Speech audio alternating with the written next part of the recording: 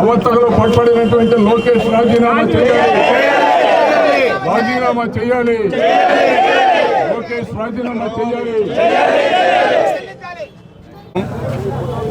ఇవాళ డిఎస్సీలో జరిగినటువంటి అక్రమాల మీద రాష్ట్ర ప్రభుత్వం ఎన్నికల సందర్భంలో ఈ కూటమి ప్రభుత్వం ఇచ్చినటువంటి హామీల మీద అమలు చేయలేనటువంటి పరిస్థితి, వీటికి సంబంధించి వైఎస్ఆర్ కాంగ్రెస్ పార్టీ రాష్ట్ర అధ్యక్షులు మా నాయకుడు మాజీ ముఖ్యమంత్రి జగన్మోహన్ రెడ్డి గారు ఇచ్చినటువంటి పిలుపు మేరకు ఇవాళ ఈ కార్యక్రమం చేస్తున్నాం. ప్రధానంగా డిఎస్సీలో అనేక రకాలైనటువంటి అక్రమాలు చోటు చేసుకున్నాయి. సర్వసాధారణంగా ఇలాంటి టీచర్ ఉద్యోగాలకి పరీక్ష నిర్వహించేటప్పుడు యూనివర్సిటీలో ఉన్నటువంటి సీనియర్ ప్రొఫెసర్లని దానికి కన్వీనర్గా నియమించి వారి ద్వారా పరీక్ష నిర్వహణ చేసేవారు. కానీ ఈ ప్రభుత్వం ఇవాళ ఈ డిఎస్సీని నిర్వహణ అక్రమంగా జరిగింది. ఇవాళ స్కూల్ ఆఫ్ ఎడ్యుకేషన్లో ఒక సీనియర్ అధికారులను తీసుకుని ఈ పరీక్ష నిర్వహణ, డిజిటల్ నిర్వహణ మొత్తం కూడా అవుట్సోర్సింగ్ ఎంప్లాయీస్ ద్వారా ఈ కార్యక్రమం నిర్వహించారు. దీనిలో నవీన్ అనే ఒక అవుట్సోర్సింగ్ విద్యార్థి ఈ డిజిటల్ నిర్వహణ, పరీక్షా పత్రాల పంపిణీ కార్యక్రమంలో కూడా ప్రధానమైనటువంటి రోల్ పోషించినటువంటి పరిస్థితి ఉంది. రిజల్ట్స్ వచ్చిన తర్వాత ఆ నవీన్ అనే వ్యక్తికి మొట్టమొదటి ర్యాంక్ వచ్చింది.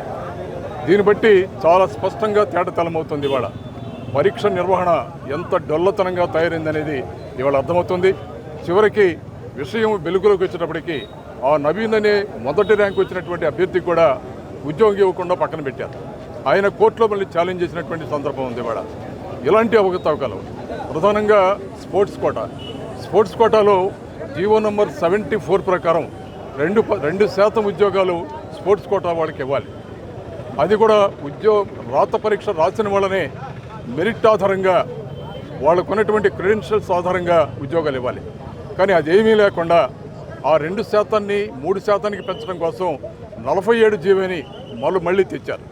అది కూడా రాత పరీక్ష రాయకుండా కాలేజెట్ పోటీ పరీక్షల్లో, యూనివర్సిటీ పోటీ పరీక్షల్లో, అలాగే స్పోర్ట్స్లో మెరిట్ ఉన్నటువంటి విద్యార్థులకు మాత్రమే ఇచ్చారు. కానీ నేషనల్ లెవెల్లో బంగారు పథకాలు సాధించినటువంటి వ్యక్తులు కూడా ఇవ్వనటువంటి పరిస్థితి వచ్చింది. ఉద్యోగం రాని వాళ్ళు దాన్ని కూడా ఛాలెంజ్ చేశారు కోర్టులో. ఇవాళ స్పోర్ట్స్ కోటాలో జరిగినటువంటి అవకతవకలు చాలా స్పష్టంగా కనిపిస్తున్నాయి ఇవాళ. ఎందుకంటే ఉద్యోగాలు కంపల్సరీగా ఆ 2 జీవోల ప్రకారం ఉద్యోగాలు భర్తీ చేసి ఆ తర్వాత మళ్ళీ జీవోని మార్చేసి 56 జీవోని మళ్ళీ రిలీజ్ చేశారు. రాష్ట్ర ప్రభుత్వం ఇందుకు అడుగుతున్నటువంటి విద్యార్థులకి, యువతకి సమాధానం చెప్పవలసినటువంటి బాధ్యత అసలు మీకు ఉందా లేదా? ఇవాళ రాష్ట్రంలో పరీక్ష రాసినటువంటి 3,56,000 మంది విద్యార్థులు ఇవాళ ప్రశ్నిస్తున్నారు. ఇవాళ ఏం చేస్తుంది రాష్ట్ర ప్రభుత్వం? క్లియర్గా డిఎస్సీలో అవకతవకలు జరిగాయి, దీనికి సంబంధించి సిబిఐ మీద ఎంక్వైరీ చేయాలి. దానికి మద్దతుగా ఇవాళ వైఎస్ఆర్ కాంగ్రెస్ పార్టీ విద్యార్థుల తరఫున, యువకుల తరఫున పోరాటం చేస్తుంది. సిబిఐ ఎంక్వైరీ చేయడం వల్ల మాట్లాడుతున్నాం. అలాగే ఎన్నికల సందర్భంలో మీరు ఫీజు రియంబర్స్మెంట్ మొత్తం ఇస్తాం, విద్యా దీవెనలు ఇస్తాం, వసతి దీవెనలు ఇస్తాం అని మాట్లాడారు. అరకొరగా ఇచ్చారు. ఇవాళ ఫీజు రియంబర్స్మెంట్ అయితే పూర్తిగా ఇవ్వనటువంటి పరిస్థితి. ఈ 2 సంవత్సరాలలో దాదాపు 9,500 కోట్ల రూపాయలు బకాయి ఉంది. ఇవాళ సందర్భంగా ఇవాళ ఏం చేస్తుంది ప్రభుత్వం? మాట్లాడితే కేసులు పెట్టే ప్రయత్నంకి వస్తున్నారు.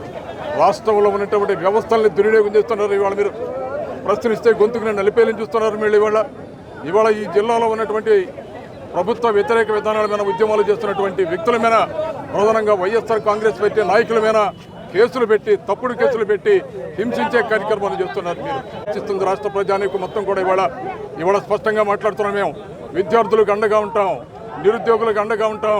వారికి ఇచ్చినటువంటి హామీని నెరవేర్చేదాకా ఈ పోరాటం చేస్తాం.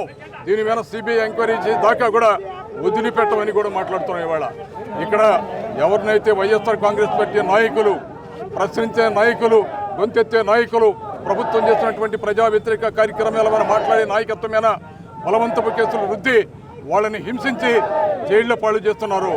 రాబోయే రోజుల్లో తగిన శిక్ష అనుభవించాల్సినటువంటి పరిస్థితి ఈ కూటమి నాయకులు కూడా ఉంటుందని తెలియజేస్తున్నాం. ఏది కూడా సక్రమంగా అమలు చేయాలనేటువంటి పరిస్థితి ఉంది. ఇవాళ మీరు దాదాపు 2 సంవత్సరాలలో 9,500 కోట్ల రూపాయలు ఇవాళ విద్యార్థులు